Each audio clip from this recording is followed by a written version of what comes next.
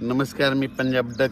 पण राज्यातल्या सर्व शेतकऱ्याला सांगू इच्छितो की ज्यांचा कोणाचा गहू असेल, हरभरा असेल, कांदा असेल, तर तुम्ही काय करा, 29 तारखेपर्यंत तुम्ही काढून झाकून घ्या. कारण की 29 तारखेला राज्यात पावसाला सुरुवात होणार आहे. मग 29 तारखेला सुरुवात कुठं होणार आहे, तर नंदुरबार जिल्हा, धुळे जिल्हा, मालेगाव, त्या नाशिक त्या परिसरामध्ये, दोंडाईचा त्या पट्ट्यामध्ये पावसाला सुरुवात होणार आहे. म्हणून हा अंदाज सर्व शेतकऱ्यांनी.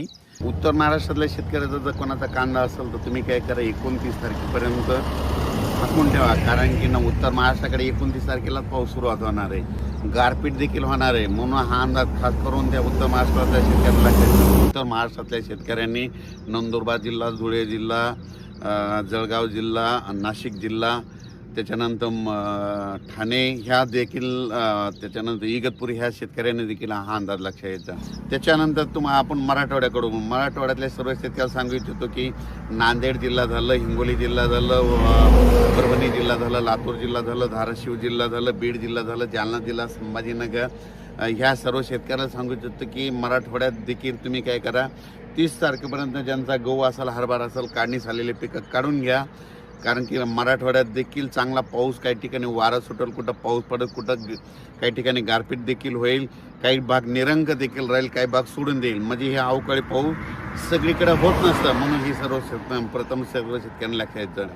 त्याच्यानंतर आपण काय करू, आता इकडं विदर्भातल्या वर्धा, नागपूर, भंडारा, गोंदिया, चंद्रपूर, यवतमाळ, वाशिम, हिंगोली, नांदेड, बुलढाणा, अकोला, अमरावती ह्या जिल्ह्यातल्या सर्व शेतकऱ्याला सांगू इच्छितो की 30 तारखेपासून ते 1-2 तारखेपर्यंत, 31, 1, 2, 3 तारखेपर्यंत राज्यात पाऊस, म्हणजे विदर्भात पाऊस होणार आहे, पूर्व विदर्भात होणार आहे. म्हणून हा अंदाज लक्षात.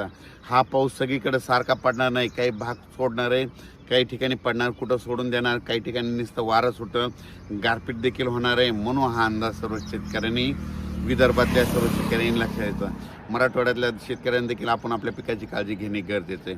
त्याच्यानंतर राज्यात तुम्हाला सांगायचं झालं तर कोकणपट्टीतल्या आंबा उत्पादक शेतकऱ्यांना सांगू इच्छितो की कोकणात देखील, म्हणजे कोकणपट्टी म्हणजे साताऱ्यापासून तर डायरेक्ट इगतपुरीपर्यंत ह्या कोकणपट्टीमध्ये देखील चांगला पाऊस होणार आहे. काही काही ठिकाणी खूप गारपीट होणार आहे, काही ठिकाणी म्हणजे जिथं जास्त डोंगर भागात तिथं जास्त गारपीट होणार आहे. म्हणून हे कोकणपट्टीतल्या लोकांनी अंदाज लक्षात घ्यायचा. पुण्याच्या शेतकऱ्यांनी अंदाज लक्षात घ्यायचा. दोन पुणे, त्या बारामती, त्याच्यानंतर अहिल्यानगर, संगमनेर ह्या पट्ट्यातल्या देखील कांदा उत्पादक शेतकऱ्यांनी आपण आपल्या कांद्याची काळजी घ्यावी. कारण की चांगला पाऊस बरसणार आहे, म्हणून हे लक्षात यायचं. गारपीट देखील होणार आहे, वारं देखील सुटणार आहे, म्हणून हे अंदाज लक्षात येतात. तसेच महाराष्ट्राच्या बाजूला तेलंगणा आहे, तर तेलंगणातले डोंगळे तहसील, डोंगळे त्या शेतकऱ्याला सांगू इच्छितो की तुम्ही काय करा, 30 तारखेपर्यंत तुमचा गहू असेल, कांदा असेल, धान असेल, तर तुम्ही काय काळजी घ्या. कारण की तेलंगणात देखील पाऊस पडणार आहे. त्याच्यानंतर कर्नाटककडे देखील तुम्हाला सांगू इच्छितो, कर्नाटकमध्ये तिकोटी, मंगसुळी, त्याच्यानंतर धारवाड, कर्नाटकच्या बऱ्याच जिल्ह्यामध्ये चांगला पाऊस बी पडणार आहे, गारपीट देखील होणार आहे. म्हणून हा अंदाज कर्नाटकच्या देखील शेतकऱ्यांना लक्षात यायचा.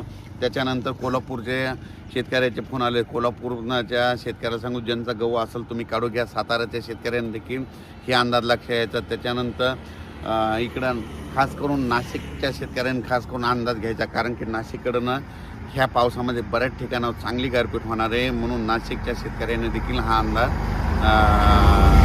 कांदा शेतकऱ्यांनी लक्षात यायचा. म्हणून हे त्या शेतकऱ्याला सांगू इच्छितो.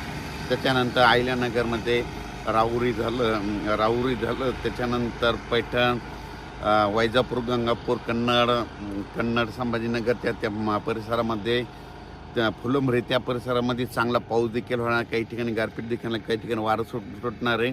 म्हणून हे देखील अंदाज लक्षात. म्हणजे सांगायचं झालं तर 29 तारखेपासून ते 3 तारखेपर्यंत राज्यात दररोज वेगवेगळ्या भागात पाऊस पडणार आहे. म्हणून हे लक्षात येतं. आणि आणखीन एक शेतकऱ्याला एक महत्त्वाची सूचना सांगतो, यावर्षी अवकाळी 10 दिवसाला तर अवकाळी येणार आहे. म्हणजे कंप्लीट आता ही अवकाळी गेल्याच्या नंतर लगेच तिथून 10 दिवसाला परत दुसरा अवकाळी पाऊस येणार आहे. परंतु तिथून पुन्हा परत 10 दिवसाला तिसरा अवकाळी येणार. म्हणजे अवकाळी हिचं सत्र हे चालूच राहणार आहे. म्हणून हा अंदाज सर्व शेतकऱ्यांनी लक्षात द्यायचा. अचानक वातावरणात बदल झाला तर लगेच एक मेसेज दिला जाईल. धन्यवाद.